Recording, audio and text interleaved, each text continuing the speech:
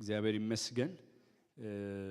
እንግዲህ ዛሬ ከመግቢያው ጀምረን በነበረን ፕሮግራም መሰረት ዛሬ እንጨርስ ነበር። ግን ደግሞ 2 ሳምንት ምረስ ስለተደረገልኝ ሳምንት ሰፋ አድርገን ቁጥር 8 እስከ 11 ላይ መቆየታችንን ታስታውሳላችሁ። ዛሬ ጌታ ቢረዳን እስከ ቁጥር 16 እናነሳና ሰዓቴን ለመጠቀም ሞክራለሁ። በርግጥ እንቁምና ከዛ የይሁዳ መጽሐፋችንን እናወጣለን።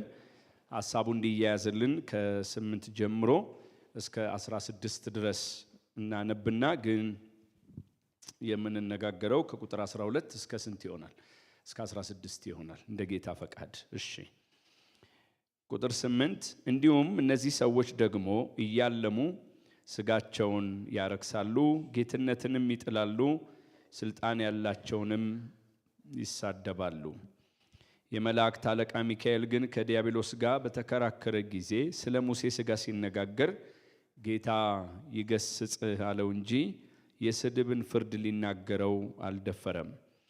እነዚህ ግን የማያውቁትን ሁሉ ይሳደባሉ፣ አእምሮ እንደሌላቸው እንስሶች በፍጥረታቸው በሚያውቁት ሁሉ በእርሱ ይጠፋሉ። ወዮላቸው፣ በቃየል መንገድ ሄደዋልና ስለ ደሞዝም ለበለዓም ስተት ራሳቸውን አሳልፈው ሰጥተዋል፣ በቆሬም መቃወም ጠፍተዋል። እነዚህ ዛሬ የምናየው ይህንን ነው። እነዚህ ከእናንተ ጋር ሲጋበዙ በፍቅር ግብዣችሁ እንደ እድፍ ናቸው። እንደ እረኞች ያለ ፍርሃት ራሳቸውን ይጠብቃሉ። በነፋስ የተወሰዱ ውሃ የሌለባቸው ደመናዎች፣ ፍሬ የማያፈሩ 2 ጊዜ የሞቱ ከነስራቸው የተነቀሉ በበጋ የደረቁ ዛፎች፣ የገዛ ነውራቸውን አረፋ እየደፈቁ ጨካኝ የባህር ማዕበል፣ ድቅድቅ ጨለማ ለዘላለም የተጠበቀላቸው የሚንከራተቱ ከዋክብት ናቸው። ከአዳም ጀምሮ 7ተኛ የሆነ ሄኖክ እነሆ ጌታ በሁሉ ላይ እንዲፈርድ በኃጢአተኝነትም ስላደረጉት ስለ ኃጢአተኛ ስራቸው ሁሉ አመፀኞችም ኃጢአተኞች በእርሱ ላይ ስለተናገሩ ስለ ጭከና ነገር ሁሉ ኃጢአተኞችን ሁሉ እንዲወቅስ ከአላፋት ቅዱሳን ጋር መጥተዋል ብሎ ለእነዚህ ደግሞ ትንቢት ተናገረ። እነዚህ እንደምኞታቸው እየሄዱ የሚያንጎራጉሩና ስለ ዕድላቸው የሚያጉረመርሙ ናቸው። እንደረባቸውም ለሰው ፊት እያደሉ አፋቸው ከመጠን ይልቅ ታላቅ ቃል ይናገራል ይልና እናንተ ግን ይላል። እሱን እንግዲህ እንደ እግዚአብሔር ፈቃድ ሳምንት እናንተ ግን የሚለው ራሳችንን መጠበቅ እንደሆነ መግቢያችን ላይ አንስተናል። እሱ እናነሳለን። ዛሬ ግን እነዚህ ቁጥሮች ላይ ቆመን የጌታን ቃል እንከፋፈላለን። እንግዲህ ሳምንት ስለ መቃወም ነው ለማንሳት የሞከርነው። አንዱ እንደ ክርስቲያን እንደ አማኝ አገልጋይም እንሁን በተለያየም ዘርፍ እንሰማራ አንዱ ነገራችን ምንድነው? መቃወም ነው የሚል ሐሳብ ነው ለማንሳት የሞከርነው።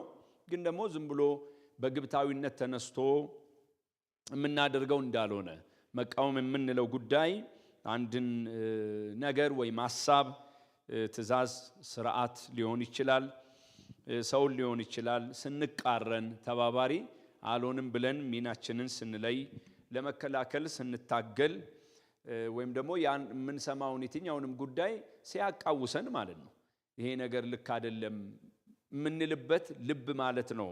ስለ መቃወም ስናስብ እሱን ማሰብ አለብን። ሰብሰብ አድርገን እናስቀምጠው ከተባለ አልቀበልም ማለት ነው። መቃወም ጸበኛ መሆን ማለት አይደለም። ስለዚህ አልቃወምም አልቀበልም ማለት ነው። ወይም ደግሞ አሁን እየመጣ ካለው ነገር ጋር ምን አልልም አልስማማም እኔ የራሴ የሆነ ምን አለኝ ሚዛን አለኝ ቀይ መስመር አለኝ ብሎ ማለት ነው። የተለየ ነገር ማለት አይደለም። ይሄ ግን አንዱ መገለጫው ይሁዳ የሚነግረን ምንድነው ከተባለ እነዚህ እንዲህ ናቸው ብሎ እሱ በተናገረበት ልክ መለያቸውን ጠንቅቆ ማወቅ ከኔም ከናንተም ይጠበቃል።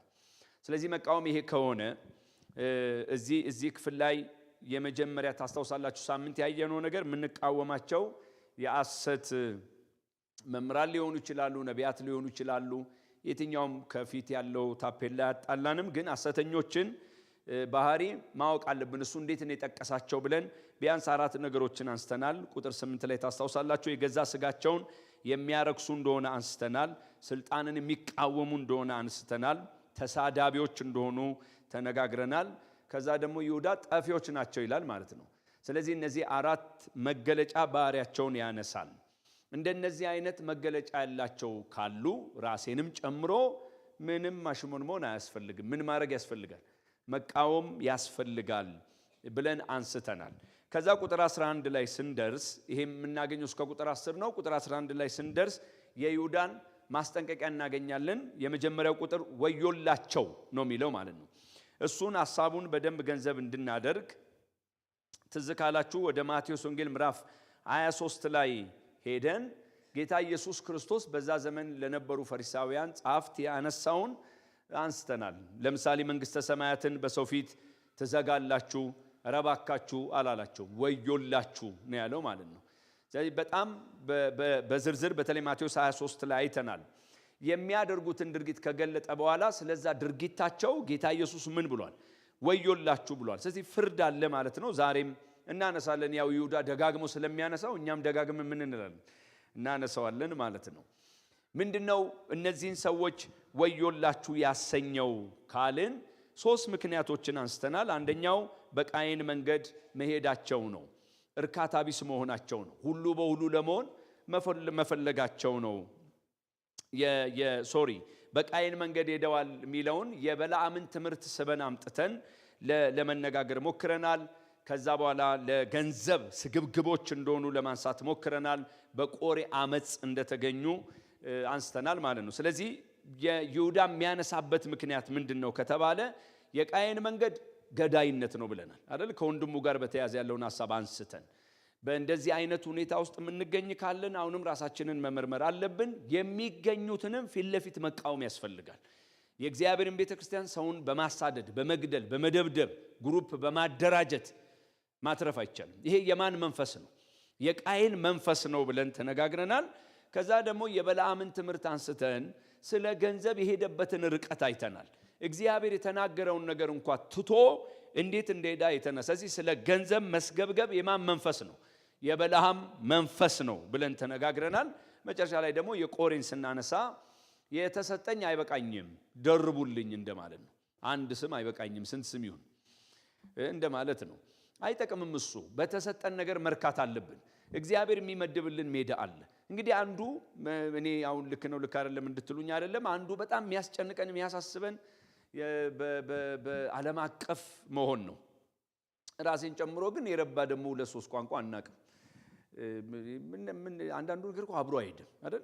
አብሮ አይሄድም። እኔ እግዚአብሔር የሰጠኝ ሜዳ አለ ብለን ብናምን ሁላችን በዛ ሜዳችን ነው መንቀሳቀስ ያለብን። እነዚህ የቆሬ ልጆች እግዚአብሔር የሰጣቸው ኃላፊነት ቢኖርም ግን ደግሞ አልረኩም። ማን ነው ሙሴ ብለው ተነስተዋል። ወይ ሙሴ የሚያረጋውን እኛም ማድረግ እንችላለን ብለዋል። መጽሐፍ ቅዱስ የሚያስተምረን ምድር ተከፍታ ምን አለቻቸው? ዋጠቻቸው ነው። ስለዚህ እንደነዚህ አይነት እርካታ ቢስ ነገር ውስጥ ሰዎች ሲገቡ ማን ነው ስሙ ይሁዳ ሚለን ይሄ የቆሬ ምንድነው መንፈስ ነው። በዚህ መልክ የተገለጡትን ነው ምን በሉ ሚለን ተቃወሙ ብሎ የሚለን ማለት ነው። ዛሬ ምንድነው የምናነሳው? ተጨማሪ ይሁዳ እነዚህ ሰዎች ነው ሚለን እነዚህ ሰዎች እናንተ ባዘጋጃችሁት የፍቅር ግብዣችሁ ላይ ምን ይላሉ? ይገኛሉ ነው ሚለን። ከዛ እኛ ያዘጋጀነው ወይም ቅዱሳን ያዘጋጁት ወይም እግዚአብሔርን የሚፈሩ ከላይ ቁጥር 1 ላይ እንዳነሳ ነው የተመረጡ የተባሉ ለክርስቶስ የተጠበቁ የተባሉ እነሱ መካከል ባለ የፍቅር ግብዣ ላይ ህብረት ያደርጋሉ፣ ይገናኛሉ ማለት ነው። እዛ ይገኛሉ። እነዚህ ሰዎች እንዲህ ናቸው ብሎ መገለጫ ባህሪያቸው ነው የሚያነሳው። ዛሬም ጠንከር አድርገን እሱን ነው የምናነሳው። ምናልባት ከሳምንቱ መክፈል ያስፈለገበት ምክንያት ምንድነው ከተባለ እነዚህ ከናንተ ጋር ሲጋበዙ በፍቅር ግብዣችሁ ቁጥር 12 ላይ እንደ እድፍ ናቸው፣ እንደ እረኞች ያለ ፍርሃት ራሳቸውን ይጠብቃሉ። በነፋስ የተወሰዱ ውሃ የሌለባቸው ደመናዎች፣ ፍሬ የማያፈሩ 2 ጊዜ የሞቱ ከነስራቸው የተነቀሉ በበጋ የደረቁ ዛፎች፣ የገዛ ነውራቸውን አረፋ እየደፈቁ ጨካኝ የባህር ማዕበል ድቅድቅ ጨለማ ለዘላለም የተጠበቀላቸው የሚንከራተቱ ከዋክብት ናቸው ይላል። አትሊስት 6 መገለጫዎችን ያነሳል። እሱን ለመነጋገር እንሞክራለን። ከዛ ቁጥር 14 ላይ ቀድሞም ቢሆን ሄኖክ ተናግሯል፣ ፍርድ ይጠብቃቸዋል ብሎ ምን ብሏል? ተናግሯል። ጌታ አንድ ቀን ምን ይላል? ይመጣል፣ ያኔ ይፈርድባቸዋል ብሏል ብሎ ፍርድ እንደሚጠብቃቸው ይናገራል። ከዛ እንደገና ምዕራፍ ቁጥር 16 ላይ ሲገባ መልሶ እነዚህ ሰዎች ምን አይነት ሰዎች እንደሆኑ ይገልጥልናል ማለት ነው። ስለዚህ ይሁዳ በጣም ትኩረቱ ናቸው ማለት ነው አይደል? ደጋግሞ ስለሚያነሳቸው የመጀመሪያውን 3 ቁጥር እንይ። ቁጥር 12 ቁጥር 13 ይቅርታ፣ ሁለቱን ቁጥሮች እንይ። በእነዚህ የቅዱሳን የፍቅር ግብዣ ላይ የሚገኙ ናቸው። እዚህ ላይ አንድ ነገር አሳስቤ ማለፍ እፈልጋለሁ። ከኛ ጋር ከቅዱሳን ጋር ጤናማ ነው ህብረቱ ከሚባል አካል ጋር መገኘት በራሱ ጤነኛ አያረግም ነው። አሁንም በጣም በፍቅር በጥንቃቄ ተረዱኝ። ጤነኛ አያረግም። በመቀመጥ ጤነኛ እናረጋቸው፣ አብሮ በመብላት ጤነኛ ልናረጋቸው አንችልም። አብሮ በመጠጣት አብሮ በማሳለፍ እኛ የምንገኝባቸው የፍቅር ግብዣዎች ላይ እንዲገኙ ትንሽም ቢሆን በሩን ከፈት ከፈት በማድረግ ምን ልንላቸው አንችልም፣ ልናድናቸው አንችልም። አደገኛ ነገሩ የመበከል አቅማቸው በጣም ከፍተኛ ነው። አነሳዋለሁ። በእናንተ ዘንድ ሲገኙ እንደምንድናቸው ነው የሚለው? እንደ እድፍ ናቸው ነው የሚለው። ነገሩ በዚህ ዘመን ደግሞ በተለይ በጣም አሳሳቢ የሚያደርገውን ነገር ሳልናገር ማለፍ አልፈልግም። እንደምታውቁት አሁን ያለንበትን ዘመን ካየን አሁን በምንገልጠው መልኩ የጌታን ወንጌል ፊት ለፊት የሚያበሻቅጡ እግዚአብሔር የማይከብርበትን ነገር የሚያደርጉ የተቀበልነውን እውነተኛ ወንጌላችንን በክርስቶስ የተገኘንበትን ሕይወት ተራ የሚያደርጉ ሰዎች ወይም ሐሰተኞች በዚህ ምድር ላይ መኖራቸው ብቻ ሳይሆን በጣም አደገኛ ነገሩ በአንድ ቤተሰብ ውስጥ ወይ ሚስት እዛ ትታቀፋለች፣ ወይ ባል ባለበት ይጸናል፣ ወይ ልጆች ይያዛሉ፣ ወይ ደግሞ ወላጆች ባሉበት ይጸናሉ።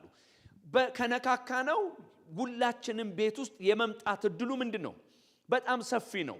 አሁን ላይ በሩ ክፍት ስለሆነ ማለት ነው። ማንም ሰው እዚህ አትሄድ እዛ አትያዝ ማለት ስለማይችል፣ ስለዚህ በጣም ለኛ የቀረበ እንደሆነ ብታስቡ፣ የቤት ስራውን እንደሚጨምረው ብታስቡ፣ በጣም ጸሎትም የሚጠይቅ ነገር ነው ብዬ ነው ማስበው። እንዴት ልንዳኘው እንችላለን?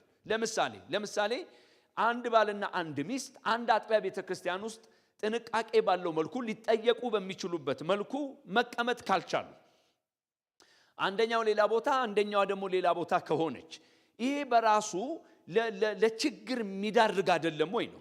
እኔ ዋና ትኩረቴ ሁለት ባልና ሚስቶች አንድ ቸርች ላይ መኖር አለባቸው። ቢኖሩ ይመረጣል፣ ለተጠያቂነትም ይጠቅማቸዋል፣ ለመውጣት ለመግባትም ይጠቅማቸዋል፣ ለመታነጽም ይጠቅማቸዋል ነው። የዚህኛው ግን ሐሳቤ ምንድነው? በሆነ አንድ አጋጣሚ የጠቀስናቸውን አይነት ባህሪ የሚታይባቸው ቦታዎች ላይ ባልና ሚስት ተከፋፍለው ይኖራሉ። ልጅ ከቤተሰብ ጋር ተከፋፍሎ ይኖራል።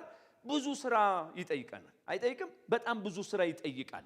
እሱ እንደተጠበቀው ነው። ደግሞ ምናዘጋጀው የፍቅር ማዕድ ላይ በሩ ክፍት ተደርጎ ሲታው አደጋው በጣም ብዙ ነው። ስደርስበት አነሳለሁ። ዝም ብሎ ምግብ መብላት አይደለም፣ አብሮ መጫወት ብቻ አይደለም። ከጀርባው የጌታ ፍቅር አለ፣ የምንካፈለው ሰላም አለ። ያንን የፍቅር ግብዣ የምናዘጋጅበት መነሻችን የተወለድንበት ብሔር አይደለም፣ ያለን የኢኮኖሚ አቅም አይደለም ወገኖች፣ የእውቀት ደረጃችን አይደለም። መሰረቱ ማን ነው? ክርስቶስ ነው። መሰረቱ ከሱ ወደኛ የፈሰሰው የጌታ ምንድነው? ፍቅር ነው ማለት ነው። ብዙዎች እንደሚናገሩት ይሄ የፍቅር ግብዣ የሚባለው በየሳምንቱ የጌታን እራት ካሳለፉ በኋላ በጋራ የሚያዘጋጁትን የፍቅር ጊዜ የሚመለከት ነው ይላሉ። ስለዚህ እሱ የፍቅር ጊዜ ዓላማው መብላት ብቻ አይደለም። መብላት ከሆነ ሁሉም ሰው ቤቱ ሄዶ ምን ይላል? ቤት ያፈራውን ይበላል። ከቅዱሳን ጋር የምንካፈለው ህብረት ሆድ ለመሙላት አይደለም ነው እንዴ? አይደለም። በጣም የከበረ ነው፣ ንጹህ ነው፣ ጌታ ያለበት ነው። የጌታን እውነተኛ ፍቅርና ሰላም የምንለማመድበት ነው። ከምንም ነገር በወጣ መልኩ ማለት ነው። ከዘር ከእውቀት ከእድሜ ደረጃ በወጣ መልኩ ማዕከሉ ማን ነው? ክርስቶስ ሆኖ ማለት ነው። ስለዚህ ባካችሁ ንጹህ ነው። ዝም ብሎ ወደ ኦድ ማስገባት አይደለም፣ በታሪክ አይደለም። እንኳን አሁን እግዚአብሔር ምሕረት አድርጎ ቁርስ ምሳና ራት በአግባብ የምንበላበት ጊዜ መጥቶ አይደለም። እንግዲህ እኔን ከጠይቃችሁኝ ቁርስ ከበላን እሰየው፣ ምሳ ስለመደገማችን ማናቀበት ጊዜ ነበር። ምሳ ከበላን እግዚአብሔር በቃ ዛሬ ምሕረት አድርጎልናል። ግን ደግሞ ራት እንደማንበላ ምናስብበት ጊዜ ነበር። ኑና ያለውበት 7ኛ ማኑኤል ጠይቁ ነበር። በዛ ለነበሩ አጥቢያ ቤተክርስቲያን አገልጋዮች ቦርድ የሚባለው ሻሜታ የሚባለው ነገር በቀን 3 ታዞልን ጠጥተን ያሳለፍንበት ጊዜ ነበር። ግን ደግሞ ክብ ሰርቶ መብላቱ ክቡር ነው። አንድ የሆነ ሆድ መሙላት አይደለም። ለዚህ ብዙ መነጋገር አይጠበቅም። ንጹህ ነው። የጌታ ፍቅር ያለበት ነው። ምህረቱን የምናስታውስበት ነው። አንድነታችንን ምን ገልጥበት ነው እንጂ የመብላት ያለ መብላት ምናምን አይደለም። እንደውም አንዳንድ ጊዜ እንደዚህ አይነት ህብረቶች ተካፍላችሁ ካወቃችሁ ቤታችሁ ቢሆን የማትበሉበት እኮ ነው ማቅረቢያው አይደለም ነው እኮ። ግን ደግሞ በቃ ክቡር ነው ህብረቱ። እኛ አእምሮአችን ላይ ከሚመቸንና ከማይመቸን ነገር ወተን የምናደርገው ነው። እንደዚህ ያለ ንጹህ ህብረታችሁ ላይ ሲመጡና ሲገኙ ብሎ 6 መግለጫዎችን ይናገራል። እሱን ቶሎ እናንሳ። ምንድነው የመጀመሪያው? እንደ እድፍ ናቸው ነው የሚለው። እንደ ምንድን ናቸው? እንደ እድፍ ናቸው። እነዚህ ከናንተ ጋር ሲጋበዙ ቁጥር 12 ላይ በፍቅር ግብዣችሁ እንደ እድፍ ናቸው ይላል። ያው ቃል የሚባለው ቀለል ያለ አማርኛ የሚጠቀመው መጽሐፍ ቅዱስ ላይ እነዚህ ሰዎች በቤተ ክርስቲያን ውስጥ በመታቀርቡት የፍቅር ማዕድ ላይ ሲገኙ የለመደባቸውን አጸያፊና ነውረኛ ተግባር ከመፈጸም ወደ ኋላ አይሉም። ይሄ ህብረት ቅዱስ ነው። መካከሉ ክርስቶስ ነው። አሁን የጌታን ፍቅር የምናስብበት ነው። ምህረቱን የምናስብበት ነው። ቅድም እንዳነሳውላችሁ ሆዳችንን የምንሞላበት አይደለም። በጌታ ብርሃን የተገኘ ነው ብለው ራሳቸውን የሚሰበስቡ አይደሉም። ያ የለመደባቸውን ነውረኝነታቸውን ምን ይላሉ? ይገልጣሉ ብሎ ነው የሚለው ማለት ነው። ስለዚህ እነዚህ አካላት እነዚህ ሐሰተኞች እኛ በመናዘጋጀው ወይም በቅዱሳን መካከል በሚዘጋጀው የፍቅር ግብዣ ላይ በጣም ወዳቸዋለሁ። በፍቅር ነው በእውነቴን የምናገረው። ሲገቡ እልፍ ጊዜ ብንጸልይ ይሄ ምግብ ይሄ ማዕድ አንተ ያለበት ነው አባት ሆይ ብለን 1000 ጊዜ ብንጸልይ ከገቡ ደቂቃ ጀምሮ አንድ እየሄደ የሚወርሳቸው መንፈስ አለ አይልም። ጤንነት ይጋባባቸዋል አይልም። የኛ ሰላም ወደ እነሱ ይሄዳል አይልም። በታሪክ መጽሐፍ ቅዱስ አይልም። እንደምንም አቅርበናቸው እንደምንለው አይቀልም። አይጋባባቸውም በባህሪው። አሁንም በጣም ጫና አድርገን እንድናገር ከፈቀዳችሁልኝ እኛ እንኳን በምንመራው የምድር ስርዓት ላይ በሽታ ካልሆነ በስተቀር ጤንነት በባህሪው ተጋብቶ ያውቃል እንዴ? አያውቅም። ጤንነት እንዴት ይጋባል? ጤንነት መርህ ነው። ጤንነት ጤና ምግብ መብላት ነው። ጤንነት ራስን በደንብ መጠበቅ ነው። አይደለም ወይ? ነው። በሽታ ማንን ያስፈቅዳል? እስቲ ንገሩኝ። ብዙ ጊዜ የምጠቀመው ምሳሌ ነው ይሄ። ወደ 10-15 የሚሆኑ ህብረቶች መካከል አንድ ጉንፋን ያለበት ቢገባ የ14 ሰው ጤንነት ይጋባበታል እንዴ? ያንተ ጉንፋን የራስ ጉዳይ ነው። አሁን ላይ እንተነፍሳለን 14 ነን ብንል ይሆናል እንዴ? አይሆንም። እንዴት እንደሆነ በማይታወቅ ሁኔታ የአንድ ሰው ከገባበት ደቂቃ ጀምሮ ብዙዎች ያስነጥሳሉ። አፍንጫቸውን ማሸት ይጀምራሉ። ለምን? በሽታ ነዋ። በሽታ ይጋባ ይሆናል። በሽታ መጥቶ የራሱን ጠባሳ ይጥል ይሆናል እንጂ ጤንነት የሚባለው ጉዳይ ተጋብቶ አያውቅም። ስለዚህ ይሁዳ ምንድን ነው የሚለው? ግብዣው የፍቅር ግብዣ ነው።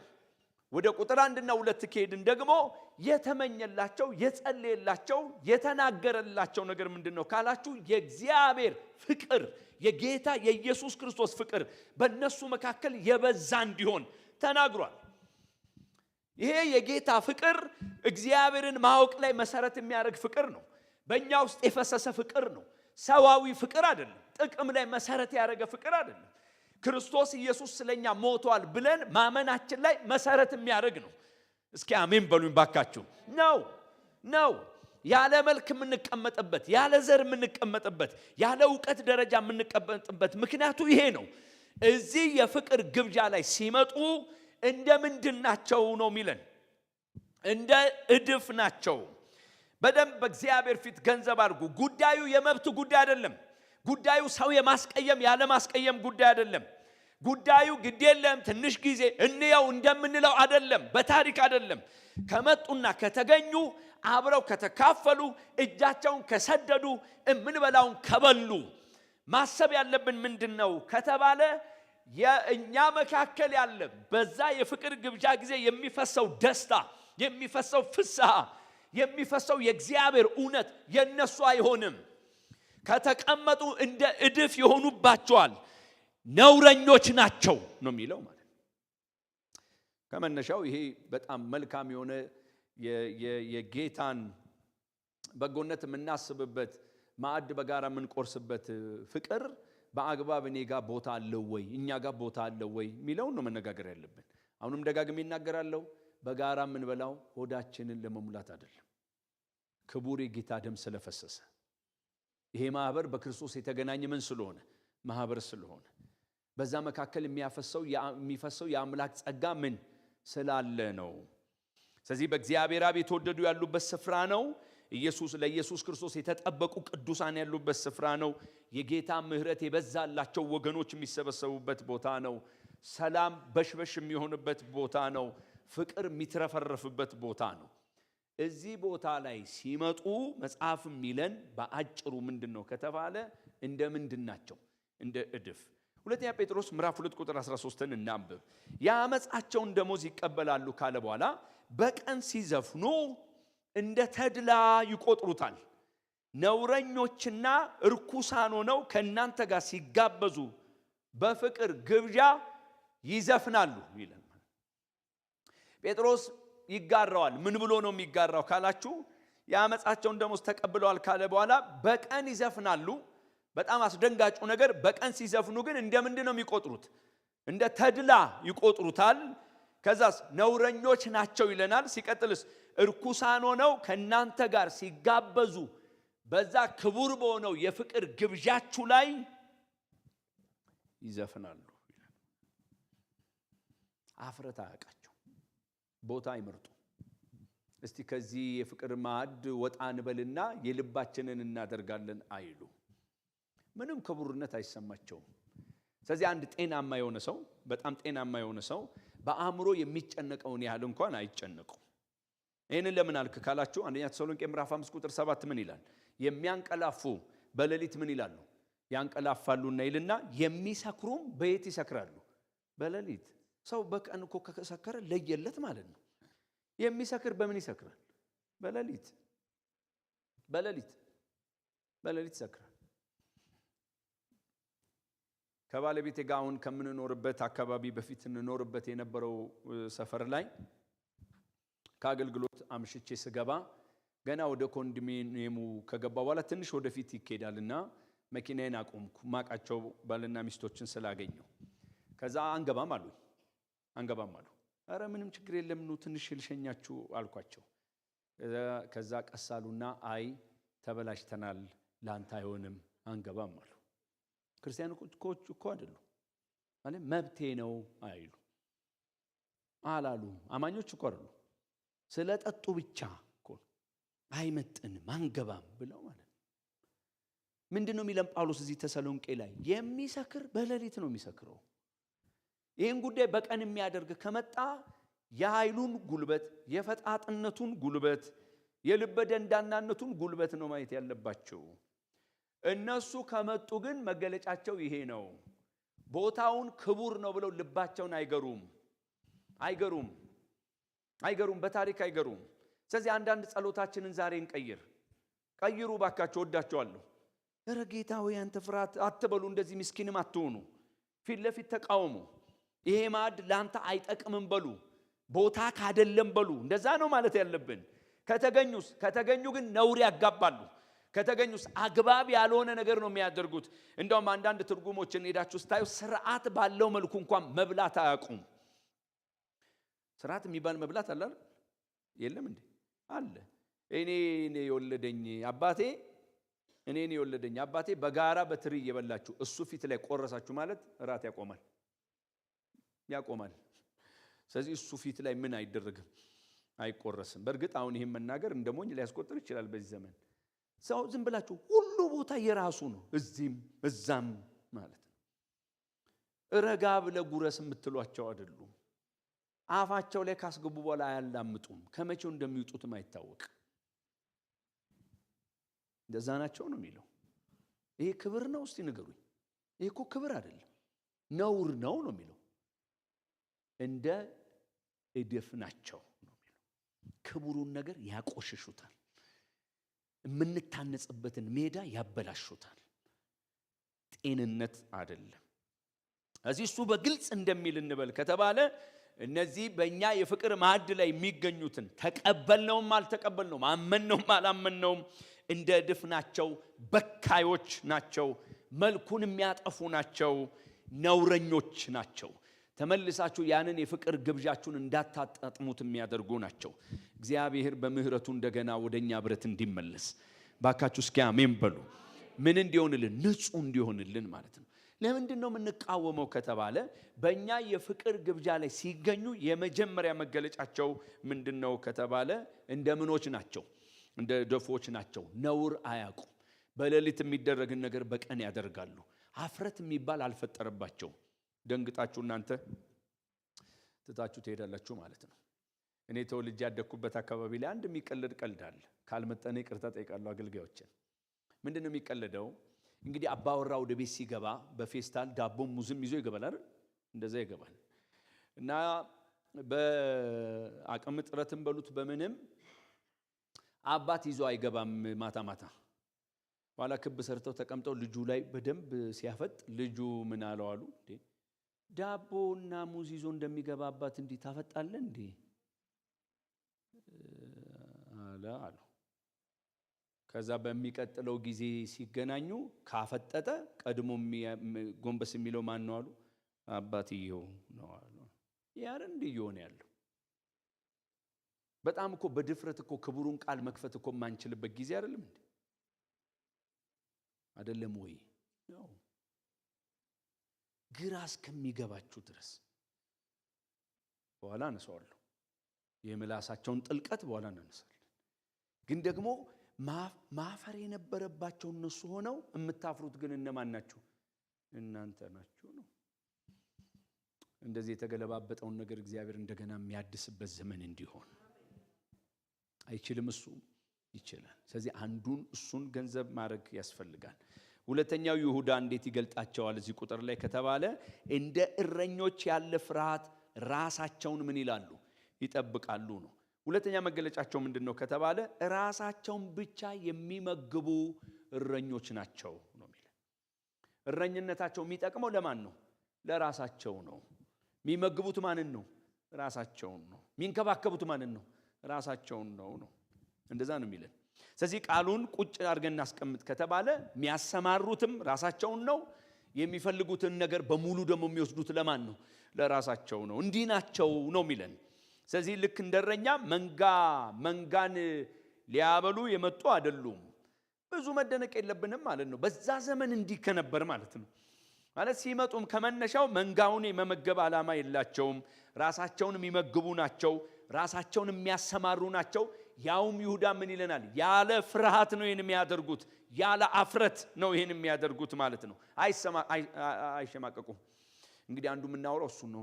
ትንሽም ቢሆን መሸማቀቅ አልፈጠረባቸውም። ያልተፈጠረበት ሰው አልተፈጠረበትማ ምን ማድረግ ይችላል?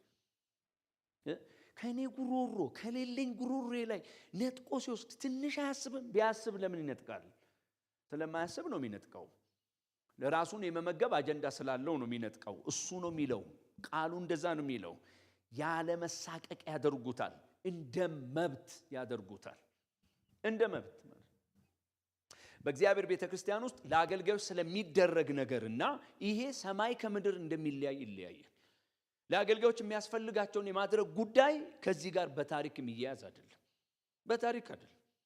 ይሄኛው በዓላማ ነው፣ ሆነ ተብሎ ነው። የሚጠቀሙትን ቃል በኋላ እናነሳዋለን።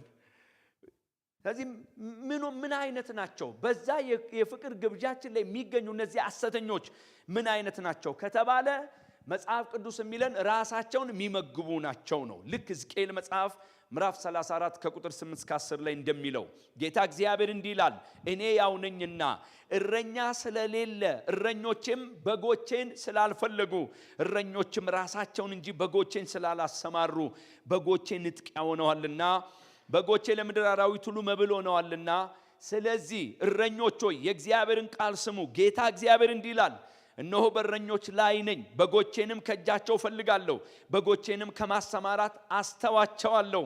ከዚያም ወዲያ እረኞች ራሳቸውን አያሰማሩም፣ በጎቼንም ከአፋቸው አድናለሁ፣ መብልም አይሆኑላቸውም። ቸር አይደል እግዚአብሔር? ይሄን እኮ ተስፋ እናረጋለን። አታረጉም? እናረጋለን። ምንድነው ሚለን ከተባለ ለምንድነው በጎች በአውሬ የተበሉት? ለምንድነው በተኩላ የተበሉት ከተባለ እረኛ ትቷቸዋል። የሚኖረው ለራሱ ነው፣ የሚመገበው ለራሱ ነው፣ የሚያሰማራውም ራሱን ነው። አሳጣቸዋለሁ አለ እኮ እግዚአብሔር። ከእጃቸው ላይ ምን ብዬ ወስጄ እኮ አለ። ይሄ የሚሆንበት ጊዜ ይመጣል ብዬ ነው ማምነው እኔ አይደል? መጽሐፍ ቅዱስን እናምናለን። እንዲህ ምንድነው የምታወራው? እየጨመረ አይደለም ወይ? አዋጭ ነው ብሎ ይሄንን ማህበር የሚቀላቀል ሰው ላይጨምር ነው እንዴ? ከቋንቋ ጀምሮ እኮ ገና ጸሎት ያስፈልጋል። እንዳልኳችሁ በኋላ እንጸልያለን። ሰው እንዴት ነው? ምን ማለት ነው አዋጭ ነው ማለት? ሰውን መብላት እንዴት አዋጭ ነው ይባላል? ትዳርን አፍርሶ ገንዘብ መንጠቅ እንዴት አዋጭ ነው ይባላል? በሰላም ይኖር የነበረን አንድ ወጣት አለኝ የሚለውን ህልሙን አሟጦ ሰው ከወሰደ በኋላ እንደ አሽከር እላዩ ላይ ከፈነጨ በኋላ የራሱን ፕሮግራምና አጀንዳ ትቶ እንደፈለገ አንዴ ጋርድ፣ አንዴ መጋቢ፣ አንዴ ምናምን፣ አንዴ ቃተላላኪ ካደረጉ በኋላ እድሜውን ከተላለፈ በኋላ ይሄንን ካደረገ በኋላ አንድ ሰው ምን ማለት ነው? ቆም ብላችሁ አስቡ። በጣም ብዙ ወጣት በሚማገድበት ሁኔታ ውስጥ ነው አሁን ያለው። እኛ ምንድነው ማሰብ ያለብን? ምንድነው መጽሐፍ ቅዱስ የሚለው? የሚኖሩት ለራሳቸው ነው፣ የሚያመቻቹትም ለራሳቸው ነው፣ እንዲሞቃቸውም የሚፈልጉት ራሳቸውን ነው። በቃ አለቀ። እንዲህ ናቸው ነው የሚለው መጽሐፍ። እሱን ነው የሚለው እግዚአብሔር። ራሳቸውን የሚያሰማሩትን እመጣባቸዋለሁ፣ በጎቼን ካፋቸው ምን እላለሁ? አድናለሁ። እሱ ይችላል በእውነት እግዚአብሔር። እነሳለሁ እኮ ነው የሚለው። ታጣላችሁ እኮ ነው የሚለው። ይህን ብርሃን እግዚአብሔር ለምድራችን እንዲያበራ እባካችሁ። ማን ያውቃል ይህን ድምፅ የዓለም ድምፅ ቢያደርገው? እጆቻችሁን አንሱ። አንተ እኮ ይቻልሃል። አሁን እንኳን ባለማወቅ አቤቱ በጌታ በኢየሱስ ስም እየተበዘበዙ ያሉ ቤቶች፣ አሁን እንኳን እየላሉ ያሉ ቤቶች፣ ከራእያቸው እየጎደሉ ያሉ ወጣቶች እግዚአብሔር ሆይ ለዓለማዊነት ታልፈው እስኪሰጡ ድረስ ለነፍሳቸው ርኅራኄ ማያቃቸው እጅ ላይ የወደቁ ወጣቶች ቢኖሩ፣ እየተማገዱ ያሉ ሴቶች ቢኖሩ፣ ወንዶች ቢኖሩ አቤቱ ስለ ቤት እንድትነሳ በቃችሁ ብለህ ካፋቸው ላይ እንድትነጥቅ በኢየሱስ ስም እኛ በስምህ እንጸልያለን። ይቻለዋል አምላክ፣ ይቻለዋል። ስለዚህ በጣም ጨምሩና ገንዘብ አድርጉ።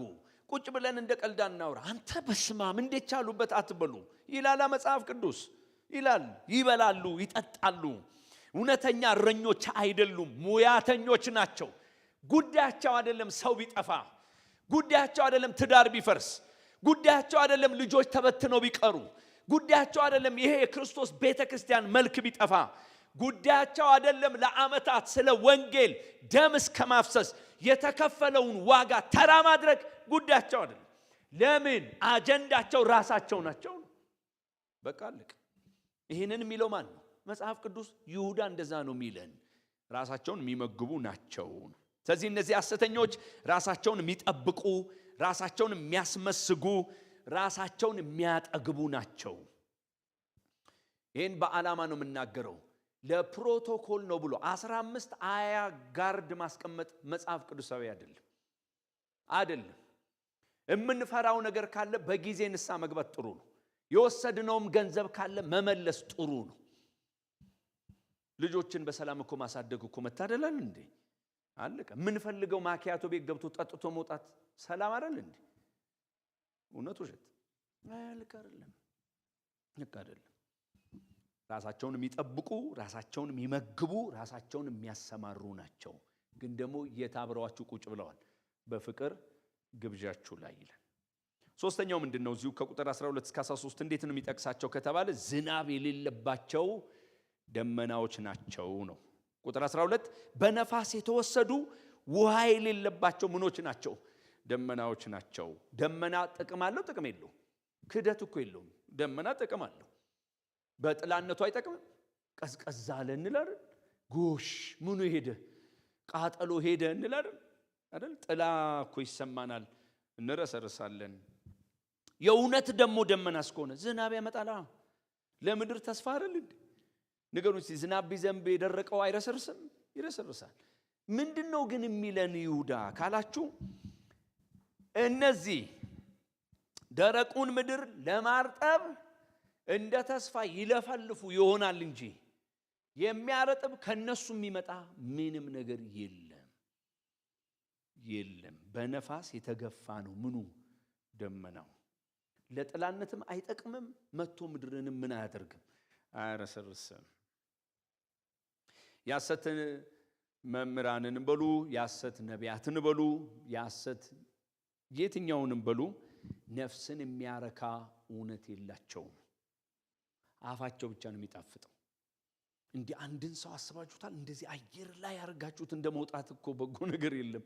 ግንስ እቺ አዳራሽ መውጣታችን ይቀራል? ንገሩኝ እስቲ። በር መክፈታችን ይቀራል? ወደ ቤት መሄዳችን ይቀራል? ንፋስ መምታቱ ይቀራል? እኛን ነገሩ ወደ ቤት መሄድ አለ፣ ታክሲ መያዝ አለ፣ አከራያችንን ማግኘት አለ። የለም በቃ ያኔ ሁሉ ይጠፋል። ብዙ እኮ ተብሏል። ለዚህ መድረክ ይመጥን አይመጥን አላውቅም። ካሁን በኋላ ክራይ የሚባል አትጠየቅም እኮ ተብሎ አምኖ ምንም ክራይ አልጠየቅም ብሎ እኮ በሩ ጋር ተደረሰ። ምን ተብሏል? ሰው ክራይ አምጣ ተብሎ አይጨበጥም። መሬት የሚወርድ ነገር የለም። ዝም ብሎ በንፋስ ሆድን መሙላት ነው። ተስፋቸው መሬት የሚወርድ አይደለም። እንደዛ ነው የሚያስቀምጣቸው። ስለዚህ መጽሐፍ ቅዱሳችን የሚለውን እናውራ ካልን የውሸት ተስፋ እንጂ የእውነት ተስፋ የላቸውም። በየትኛውም አቅጣጫ የሚመስል ነገር ያወራሉ እንጂ መሬት ሊወርድ የሚችል ምንም ነገር የለም። በተደጋጋሚ ብዙዎች ሲናገሩ ሰምቻለሁ። እኔም ዛሬ ደግሜ እናገራለሁ። የሚበዛ ገንዘብ ቢኖር ሞኝ አትሁኑ። ቢኖር አድራጊው አካል ነው መጀመሪያ የሚያበዛው። ምን ያታገለኛል እኔ ከሰው ጋር ካለ ማለት ነው። አይበዛም። እስቲ አይበዛም ብሎ አይበዛም። ምንም የሚበዛ ነገር የለም። የሰው ልጅ አይደለም አየር ላይ ገንዘብ በስቶለት ሎተሪ ሲወጣለት እኮ እንዴት ቦታ እንደሚያረጋ አያውቅም። በሰላም ይኖር የነበረ ሰው እኮ ይናጋል። ግን ደግሞ ምድሪቱ ላይ በገፍ የምናየው አይደል እንዴ? ሰው በጣም እርግጠኛ ሆኖ አየዋለው ብሎ ማለት ነው። ለምን ይመስላችሁ? ታየዋለህ ተብሎ ነው። በደንብ ተስሎበት ይታየዋል። እንዴት አድርጎ እንደሚያሰልፍ፣ እንዴት አድርጎ መኪኖቹን እንደሚደረድር፣ እንዴት አድርጎ ከሚኖርበት ሰፈር እንደሚወጣ፣ እንዴት አድርጎ ያመከራ ተረት እንደሚሆንለት ወየው ሲያወራ ሁሉ ማለት ነው። መልክ እንዳይጠፋ መልኬን በደንብ ይቀየርባል። መልክ ሌላ መልክ ነው በደንብው። እኛም በቃ የእውነት መስሎ እንድንተያያ እንዳልጠፋብህ ፎቶ አንሳ። የትም አንጠፋም። የትም የጠፋብን ሰው አለ እስካሁን እዚህ ቤት ስትኖሩ አለ? ማንም እኛ ማምን እንድበድም አይተኛል። አሁን እንዳልጠፋ እንዳልቀየር ምንም መቀየር የሚባል የለም። ተስፋ ነው፣ ባዶ ነው፣ መሬት አይወርድም አለ። በጣም እኮ ልክ አይደለም። እንደዚህ ናቸው ነው የሚለው። በጣም ይቅርታዬን በመናገሬ ግን ደግሞ የግድ ነው። ፈውስን በሚመለከት ምንም የሚጨበጥ ነገር የለም። ጉሮሯችሁ ታንቆ ግን ትመሰክራላችሁ። ልክ አይደሉም። ብልጽግናን በሚመለከት ነፍ ነገር ነው የሚነገረው። 5 ሳንቲም የለም። አረኛ የምናውቀዋለ 10-15 ሰው ልታመጡ ትችላላችሁ። እሱንም ከተገኘ እጅ መንሻ ለሰጪው ክብር ታስገኛለች እየተባለ ስርዓት በሌለበት መልኩ አንተ 1 ሚሊዮን ብር ከሰራ 100 ብትሰጥ ምን ትሆናለህ እየተባለ ከእግዚአብሔር ቃል ውጪ የጽድቅ የእውነት የብርሃን መንገድ አስተዳደጉ ያስታውቃል። ማታ ተኝቶ ጧት የመጣ ብልጽግና መመርመር አለበት። ከየት እንደመጣ መፈተሽ አለበት። አያችሁ፣ በእንደዚህ አይነት ሁኔታው ሰዎች ሲያዙ ማንንም ገለው ያመጣሉ። አለቀ። እንደዛ አይደለም። መጽሐፍ ምንድነው የሚናገረው ከተባለ ባዶ ተስፋ ነው። የሰው ልጅ ጥሮ ግሮ መስራት አለበት። እግዚአብሔር አእምሮዬን ባርክልኝ ማለት አለበት። የእጆቼን ስራዎች ባርክልኝ ማለት አለበት። ቀዳዳዎቼን ድፈንልኝ ማለት አለበት። ጥቂቱን ብዙ አድርግልኝ ማለት አለበት። ጠዋት 12 ሰዓት ወጥቶ ማታ 12 ሰዓት መግባት አለበት። በቃ ለመበልጸግ ሌላ መንገድ አለው ወይ? የለውም።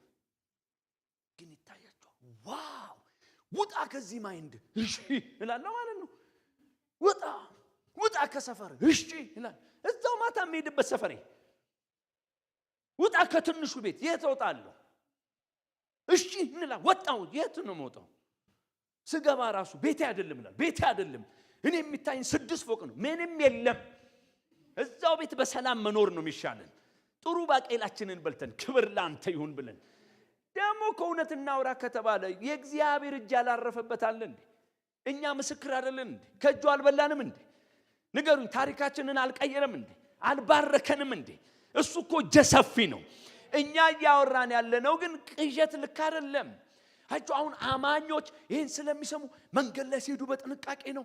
ሰው ድንገት የሆነ ነገር የሚሰጣቸው ይመስላችኋል? እንደዚህ ማንም አይሰጣችሁም። ማንም አይሰጥ። ማን ይሰጠናል? ማንም አይሰጥ። አለቀ። የሆነ ታጨ ቀብር አንድ ቦታ ተጥሎ የለም። በታሪክ ጧጧት ከተማው ይጸዳል። ታውቃላችሁ፣ አጽጆች አሉ፣ አታገኙ፣ የለም። በጣም ልክ ያልሆነ ሰው ይጎመጃል፣ ይስላል፣ ይታያል። ጡቡን ኮንትራክተሩ መቼ ሳዘው እዚህ ቁጭ ብዬ ነው ሳዘው ይህንን በደንብ ስራው በሩን በዚህ ጋር አድርገው ምንም የለም ታሪክ የለም። እግዚአብሔር ከቅዠት ያድነን።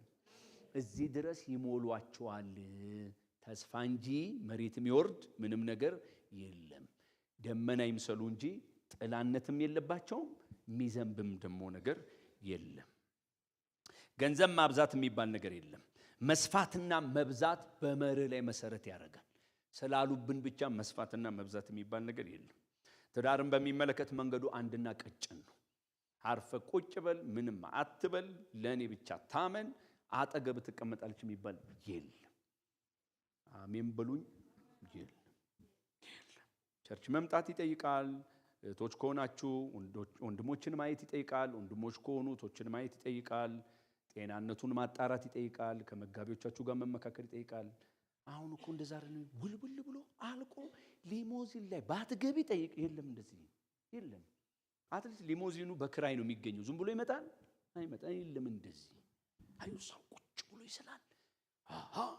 1 ዓመት 2 ዓመት 3 ዓመት ቅይማት ውስጥ ይገባል። የሚወደውን እግዚአብሔርን እየተቀየመ ይመጣል።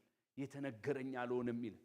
ዛሬ ማውራት ያለብን ምንድነው? እነዚህ ባዶ ደመናዎች ናቸው ነው። አራተኛው ምን ይላቸዋል? እዛው ቁጥር 12 ላይ ፍሬ የማያፈሩ 2 ጊዜ የሞቱ ከነስራቸው የተነቀሉ በበጋ የደረቁ ዛፎች ናቸው።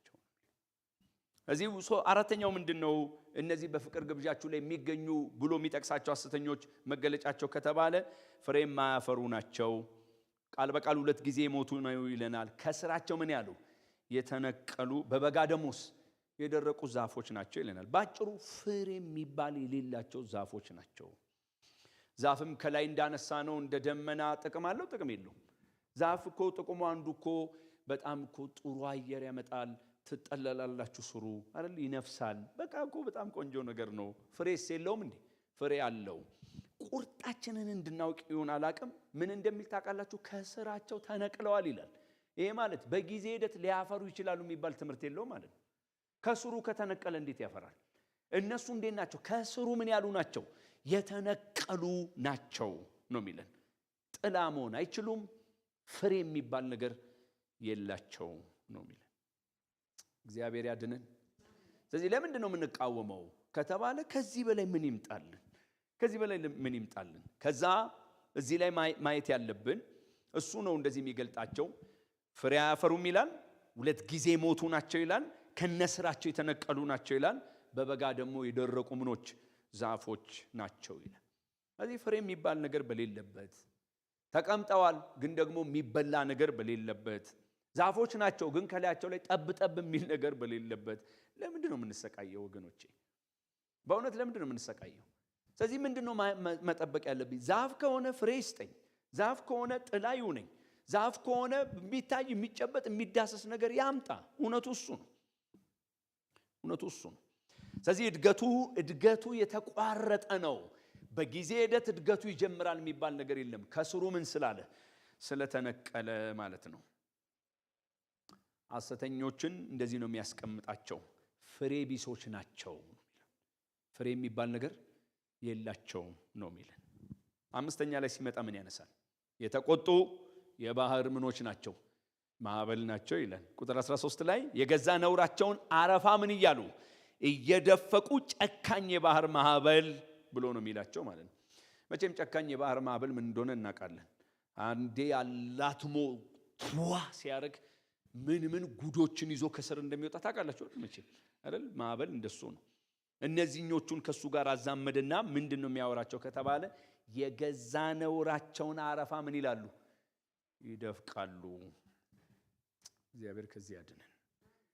ከሌላ ቦታ አይፈበርኩም፣ ከዚህ ነው የሚወጣው ነው። ከዚህ ነው የሚወጣው። ጨካኝነቱ፣ ጩኸቱ፣ ኃይሉ፣ ጉልበቱስ ልክ እንደ ምንድን ነው? እንደ ጨካኝ ማዕበል ነው። ሲያስገመግም የዋዛ አይደለም። ስለዚህ እንደ ኃይለኛ ማዕበል ባለማቋረጥ ስራቸውን፣ እምነታቸውን ይለዋውጣሉ። እናንተ እኔ በእውነት የእውቀት እጥረት ስላለብኝ ካልሆነ በስተቀር መረጃ የሚያመጣ ሰው ካለ በዚሁ መድረክ ላይ በእውነት እኔ ይቅርታ ጠይቃለሁ። እንደዚህ አይነት መገለጫ ያላቸው ሰዎች ወጥ ትምህርት ያስተምራሉ ብላችሁ መረጃ ካመጣችሁ በእውነት እኔ ይቅርታ ጠይቃለሁ። ወጥ ትምህርት የሚባል አላችሁ። እኛ በእውነት ለማሰብ ያለን ነገር ስለቀነሰ ጊዜ ስለማንሰጥ እንጂ እኮ የአንድ ዓመት ትምህርታቸውን እኮ ማየት ነው። አንዱ ከሌላው ጋር 16 ጊዜ ነው የሚጋጨው። አብሮ መሄድ የሚባል ነገር የለው።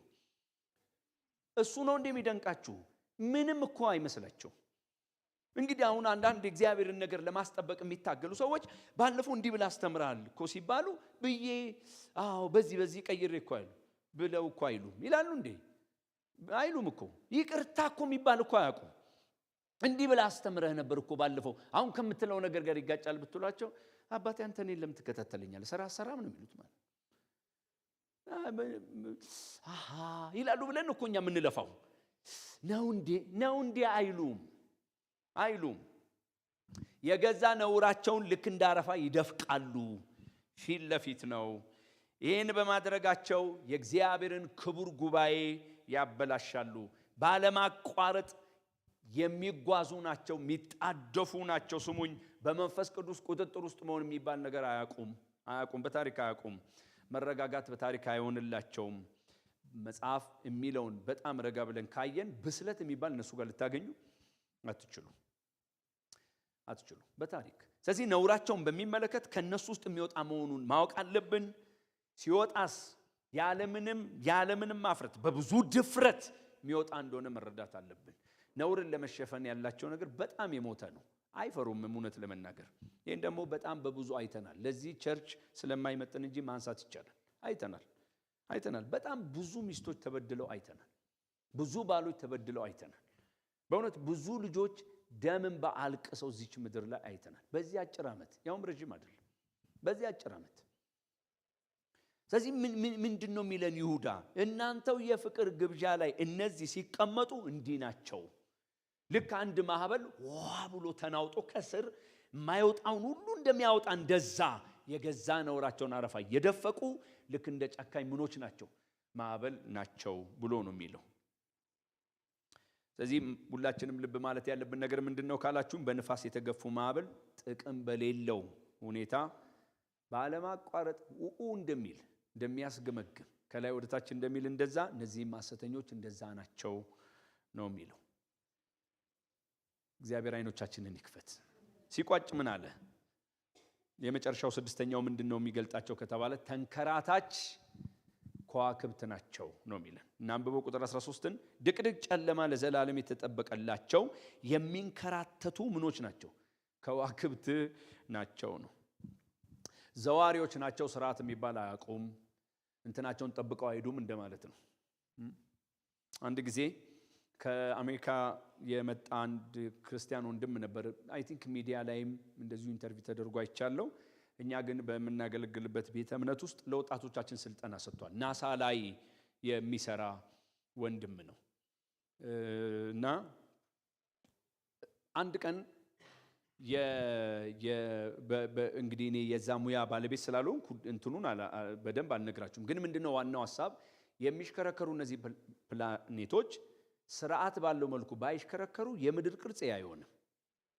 ስለዚህ እያየን እየዞረ ሲመጣ ከሆነ አንድ በእነሱ ቋንቋ የሚላተምበት አይነት ሁኔታ ይመስላል አለ። ሰዓቱንም ጊዜውንም እናውቃለን አለዛ ስለሚሰራ በጣም የጭንቅ ነበር አለ። ግን ደግሞ ልክ እዛ ሰዓት ላይ ሊጋጠም ሲገባው ተላለፈ አለ በትንሽ። በዛ ምክንያት ዓለም ተረፈቻል። አሁን እሱ ያለውን ለመናገር ነው። የዛን ቀን ጠዋት እሑድ አምልኮ ላይ እኔ ለብቻዬ ነበር ስዘል የነበረው አለ። አንተ ቸር አይደለ ባለቤቱ አንተ አይደለ ለሌላው ሊያስረዳው አልችልም አለ። ይሄኔ በዚህ ቀን ማምለክ የሚባል አይኖርም ነበር ሳትብ ያረግ ተላትሞ ማለት ነው። እነዚህስ ስርዓት አያውቁ በዚህ ሂድ አትሏቸው። መግባቢያ ቋንቋ የለም። ተንከራታች ምኖች ናቸው ከዋክብት። ከዛስ ድቅድቅ ጨለማ ለዘላለም የተጠበቀላቸው ናቸው ነው የሚለው ማለት ነው። መስመር በእነሱ ዘንድ ቦታ የለውም። በአግባብ ውጣ በአግባብ ግባ ቦታ የለውም። በታሪክ በምዋራቸው ላይ እንደማይዞሩ እንደነዚህ ከዋክብት ናቸው። ዝም ብለው ይነጉዳሉ። ማረፊያ የላቸውም። ቤታቸው ሄዳቸው አትጠይቋቸውም። ተጠሪ የላቸውም። ሰምታችኋል። እኔ ቀበሌና የቤት ቁጥር የላቸውም አላልኩም። አንኳኩታችሁ ግን ቅድም ያልከው ነገር ምንድነው አትሏቸውም። አሁን እኔ ባጠፋ መጋቢ ደውሎ እንደሚገስጸኝ ትምህርቴ ካሳሰበው ለፕሬዝዳንቴ ምን እንደሚደውል ህይወቱን ፈትሹ እንደሚል እንደዚህ የምትሏቸው አይደሉ። ምናልባት እድል አግኝታችሁ ስልክ ደውላችሁ ካላችሁ ደግመ እንዳትደውል ይሏቸዋል። ደግመ ብትደውል አጠፋሃለሁ ይሏቸዋል። በእውነት ስርዓት የሚባል የላቸውም። ተላትመው አደጋ የሚፈጥሩ ናቸው። ላይመለሱ እንደተወነጨፉ ከዋክብት ናቸው። ስለዚህ ስርዓት ባጭር አማርኛ እነሱ መካከል በእውነት ይናፍቀናል። በታሪክ እንደዛ የሚባል የለም። መስመር፣ ወግ፣ በአግባብ መሄድ ምናምን የሚሉ ቋንቋዎች የሉ። ለዛም ነው ብዬ አስባለሁ። በእውነት አንዳንድ ጊዜ እኔ አሁን የጌታን ምሕረት ታምኜ ነው እንጂ ማገለግለው አንዳንዶቻችሁ እኮ በእድሜ ትበልጡኛላችሁ፣ በእውቀት ትበልጡኛላችሁ። ቢያንስ ያ ትህትና ያስፈልገናል። በዚህ ልክ አሁን የሸመገለን ሰው ዘና ብሎ አንተ ይባላል። አቁማ ወጋ አቁም፣ ስርዓት አቁም፣ በአግባብ መሄድ አቁም። የስንት ሽማግሌ ልብ እንደደነገጠባቸው ጌታ ብቻ ነው የሚያውቀው።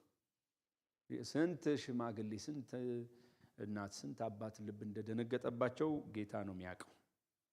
ሁለተኛ ጴጥሮስ 2:17 ላይ ድቅድቅ ጨለማ ለዘላለም የተጠበቀላቸው እነዚህ ውሃ የሌለባቸው ምንጮች በአውሎ ነፋስም የተነዱ ደመናዎች ናቸው ይለናል። ግልጽ ነው። ጴጥሮስም የሚለው ድቅድቅ ጨለማ ይጠብቃቸዋል፣ እግዚአብሔር አንድ ቀን ለዘላለም ይቀጣቸዋል፣ እንዲህ ናቸው ብሎ ይላል። ስለዚህ ስንሰበስብ ምንድነው እያነሳን ያለ ነው? በእኛ የፍቅር ግብዣ ላይ ስለሚገኙ ሐሰተኞች መጽሐፍ ቅዱስ ምን ይላል ካልን ከተገኙም እንደ እድፍ መሆናቸው ማወቅ አለብን። ከተገኙም ራሳቸውን ብቻ የሚመግቡ እረኞች እንደሆኑ ማወቅ አለብን። ከተገኙም ዝናብ የሌላቸው ደመናዎች እንደሆኑ ማወቅ አለብን። ከተገኙም ፍሬ የማያፈሩ ከስራቸው የተነቀሉ ሁለት ጊዜ ምን ያሉ የሞቱ እንደሆኑ ማወቅ አለብን። ከተገኙም የተቆጡ የባህር ምኖች ማዕበሎች እንደሆኑና ተንከራታች ከዋክብት እንደሆኑ ማወቅ አለብን። ይህንን ይናገርና ልክ ሳምንት እንዳነሳ ነው ቁጥር 14 ላይ ሲመጣ እስከ 15 ስታነቡ ሄኖክም እንዲህ ብሎ ተንብዮአል ይላል። አሁን እሱ ላይ ባለፈው እንዳወራችሁ ነው ማወራችሁ። አዋልድ የሚባሉት መጽሐፍ ላይ ያለ ነው። እኛ እስትንፋሰ እግዚአብሔር አለባቸው ስልጣን አላቸው ምንላቸው ማለት የተጠቀሱ አይደሉም። ግን ደግሞ በዛን ጊዜ የነበሩ ሰዎች ይጠቀሙባቸው ስለነበሩ ይሄ ሄኖክ የሚባለው አብላጫዎቹ የሚስማሙት አካሄዱን ከማን ጋር ከእግዚአብሔር ጋር አደረገ የተባለው ሄኖክ ነው። ሄኖክ የሚባለውን መጽሐፍ የጻፈው። ስለዚህ እሱ ትንቢት ላይ አንድ ትንቢት ተናግሯል ብለው ይላሉ። ምንድነው ያ ትንቢት?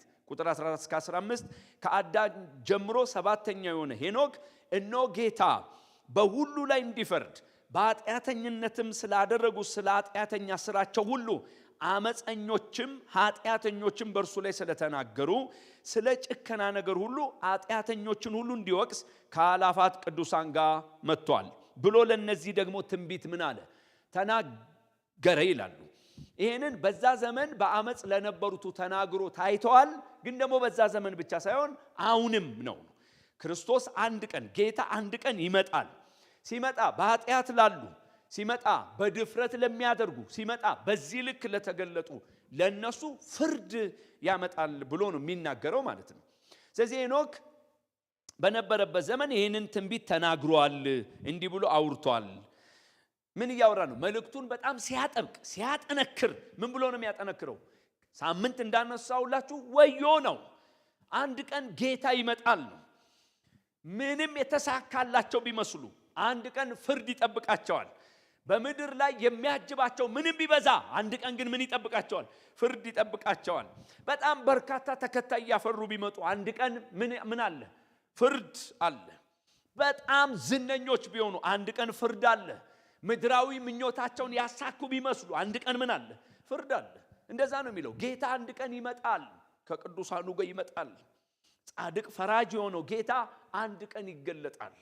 እሱ የሚመጣበት ጊዜ አለ። ያኔ ከፍርድ ምን አይሉም? አያመልጡም ብሎ ቁጥር 14 እና 15 ላይ ይነግረናል። ይህን ማወቅ በጣም ጥሩ ነው። በእውነት አንድ ቀን በበጉ ፊት መቅረብ አለ። አንድ ቀን እሱ ያወራርዳል። በእኛ አካባቢ ቋንቋ እንዳወራ ከተፈቀደልኝ አፍንጫችንን ይዞ ይፈርዳል እግዚአብሔር። እሱ አንድ ቀን ይመጣል አለና ሲዘጋልን ቁጥር 16 ላይ እነዚህ ብሎ ይጀምራል። እኔ እንዴት እንደማይደክመው ነው ግራ የሚገባኝ። ሰምታችኋል? እነዚህ ብሎ ይላል። እዚሁ ክፍል ላይ እነዚህ ይላል። ከዚህ ቁጥር በፊት ታስታውሳላችሁ? ቁጥር 4 ላይ ከብዙ ጊዜ በፊት ለፍርድ የተጻፉ ብሎ ነግሮናል። ሾልከው የገቡ ብሎ ነግሮናል። ኃጢአተኞች ብሎ ነግሮናል። የአምላክን ጸጋ በሴሰኝነት የሚለውጡ ብሎ ነግሮናል። ንጉሳችንን ጌታችንን ኢየሱስ ክርስቶስን የሚክዱ ብሎናል። ቁጥር 8 ላይ ስታነቡ እያለሙ ስጋቸውን የሚያረክሱ ብሎናል። ጌትነትን የሚጠሉ ብሎናል። ስልጣን ያላቸውን ተሳዳቢዎች ብሎናል። ቁጥር 10 ላይ የማያውቁትን ሁሉ ይሳደባሉ ብሎናል። ዕውቀት አለን የሚሉት ጉዳይ ራሱ መጥፊያቸው ነው ብሎ አስተዋውቆናል። ቁጥር 12 ላይ አሁን የዘረዘርኩላችሁን ሁሉ አውርተዋል። ቁጥር 14 ላይ አንድ ቀን ሄኖክ እንደተናገረው እንደ ትንቢቱ ቃል ይፈርድባቸዋል ብሏል ማለት ነው። ይሄ አልበቃ ብሎት ነው እንዴ? ቁጥር 16 ላይ እነዚህ ይላል እንደገና። እሱ ካለኛ ብንል ምን ችግር አለ? እሱ ቦታ ከሰጠኛ ቦታ ብንሰጥ ምን ችግር አለ? እሱ ከተቆጣኛ ብንቆጣ ምን አለ? ይሄ እግዚአብሔር ቃል እውነት አይደል እንዴ? በቃ እስካሁን የነገርከው በቂ ነው ለምን አላለም? የዚህን ያህል ካብራራውላችሁ አይተውም። እዚህ ላይ ይመጣና ሶስት ነገር ያስተዋውቀናል። ምን ብሎ? ቁጥር 16 ላይ እንደምኞታቸው የሚሄዱ ናቸው ይላል። እንደምኑ? እንደምኞታቸው። ቁጥር 16 ላይ እሱን ነው የሚለው። ምናልባት መውጣት ካለበት የሚዲያ ትሙ ይወስን፣ እናንተም ግን እኔ እንድንግባባ ልንገራቸው። አድግበት የነበረው አጎቴ ቤት ነበር ማድጋው አጣናተራና እዛ ቤት ውስጥ የሚያድግ ውሻ ነበር። ልጆች ሆነን መጫወት ሲያምረን የውሻ ቤት ውስጥ ሲገባ በተከፈተለት በኩል ይወጣል አይደል? ፊቱን ያወጣል። አፍንጫው ላይ ቅቤ እንደዚህ እንቀባለን ጫፏ ላይ። ከዛ እንደምንም በሩን መክፈት ነው። የሚገርማችሁ ወደ ዞረበት ሁሉ ነው የሚሮጠው ውሻው። ሰምታችሁ? ወደዛ ይሮጥና ግርግዳ አግኝቶ ጓ ሲል ወደሚመለስበት ነው የሚሮጠው። ምክንያቱም ስለሚሸተው የሸተተው ነገር ያለ የሚመስለው ወዴት ነው? ፊቱን ወደ አዞረበት ነው የሚመለሰው። ግርግዳ ሲመታው ብቻ ነው። ሰምታችሁኛል? ማን ይመልሳቸዋል? እንዴት ናቸው እነዚህ? እንደምኞታቸው ነው የሚሄዱት። እስቲ እዚህ ምድር ላይ መኖር ከጀመራችሁበት እድሜ ጀምሮ ሰው ለምኞቱ ገደብ ሲያኖር አይታችሁ ታውቃላችሁ ወይ? ያለኝ ይበቃኛል እኮ የሚል እኮ የአዲስ ኪዳን እኮ ትምህርት ነው። የለም እነሱ ሰፈር የሚራመዱት እንደምናቸው ነው? እንደምኞታቸው ነው ይላል። እንደምኞታቸው ብቻ ሳይሆን ቁጥር 16 ላይ ሁለት አይነት መልክ አላቸው ይላል። የመጀመሪያው እንደምኞታቸው ካለ በኋላ የሚያንጎራጉሩና ስለ እድላቸው የሚያጉረመርሙ ናቸው። ሁለት ነገር። የመጀመሪያው ማንጎራጎር ነው። ሁለተኛውስ ስለ እድላቸው ምን ማድረግ? ማጉረምረም ነው። ምን አሁን እዚህ ላይ ምን ይነሳል? ወይኔ እድሌ ነው እንደማ ከኔ በኋላ እኮ የከፈተው እንትና እኮ አድርጓል፣ እኔስ እድሌ ብሎ እንደዚህ ናቸው ነው የሚለው። እግዚአብሔር ከዚህ ያድነን። ሲገልጣቸው ግን እሱ እንደዛ ነው የሚገልጣቸው። ስለዚህ ስጋዊነት ያጠጋቸዋል። ስለሚያጉረመርሙ አለመርካት በጣም ይጣባቸዋል። አጉረምራሚዎች ናቸው። አይጠግቡም። እግዚአብሔር ይመስገን አያውቁ፣ በታሪክ አያውቁ። ኑሮ ይበቃኛል እነሱ አካባቢ የጥበት ምልክት ነው። አድማሳችሁን ላለማስፋት ስትሉ ያመጣችሁት ትምህርት አድርገው ነው የሚቆጥሩት። መጽሐፍ ቅዱስ እንደዛ አይልም። በኑሯቸው አይረኩም። በሚወጡት በሚገቡበት መንገድ ላይ ደስታ የሚባል የለም። ሁሌ እድላቸውን እያነሱ ምን ያደርጋሉ? ያማርራሉ፣ ያወራሉ ብሎ ይልና ከዛ ሲዘጋ ምን እንደሚል ታውቃላችሁ? ሶስተኛው ይቅርታ ለዚህ ቃሌ የሚደልሉ ናቸው ይላል። ቁጥር 16 ከዛ እንጸልያለን። እንዲረባቸውም ለሰው ፊት እያደሉ አፋቸውን ከመጠን ይልቅ ታላቅ ቃል ይናገራል። እነዚህ ሰዎች እንዲረባቸው እንዲጠቅማቸው ማለት ነው፣ ለራሳቸው ለማስቀረት ማለት ነው። ለሰው ፊት ምን ይላሉ? ያደላሉ። አሁንም ምሕረት አድርጉልኝ ይህን ጉባኤ ካልመጠነ አየር ላይ ነው የሚቀልቧችሁ። እውነተኛ ወርቅ አርጉ፣ አርቲፊሻል አርጉ፣ በኋላ ይፈትሻል። ግን አሁን ደግሞ ሁሉም ሰው አይደል ወርቅ የሚያደርገው ጉባኤ ሲገባ አየር ላይ። ለዚህ የተመደቡ አካላት አሉ። ገና ድሮ አንከብከባችሁ ፊት ወንበር ላይ ናቸው። የሚመጣላችሁ የመልእክት ብዛት አይቆጠር ይላልን። ያደለው ለሰው ፊት ያደላሉ፣ ለራሳቸው እንዲጠቅማቸው አድርገው። አይ ቲንክ አይቼ ነበር። ዋው እንኳን መጣ ቀን ነው። ዋው ስንት ሰው ተሰብስቦ ውሃ ለነሱ ነው፣ ሶፍቱ ለነሱ ነው፣ ቦታው ለነሱ ነው፣ መጨበጡ ለነሱ ነው፣ ስለወየው ደስ ብሎኛል ለነሱ ነው።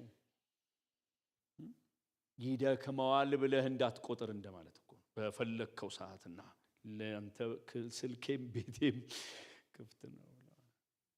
ማን በነገረን ወጣቶቻችን እንደሚጫወቱብን በጋራ ቁጭ ብለው በተለያየ ስልክ እየደወሉ እንደሚሳለቁብን በእውነት ማን በነገረን? ለሰው እኩል ስልክ እንደማናነሳ እኮ ያውቃሉ። ያውቃሉ። እኩል ሮጠን እኮ እንደማንድ ያውቃሉ። እነዚህ ደግሞ የባሰባቸው ናቸው። በአቋም ነው የሚያደርጉት። የቀረው አንድ ነገር የሚመጥነውን አልከፈልክምና አልመጣም ካልሆነ በስተቀር እንደዚህ ናቸው።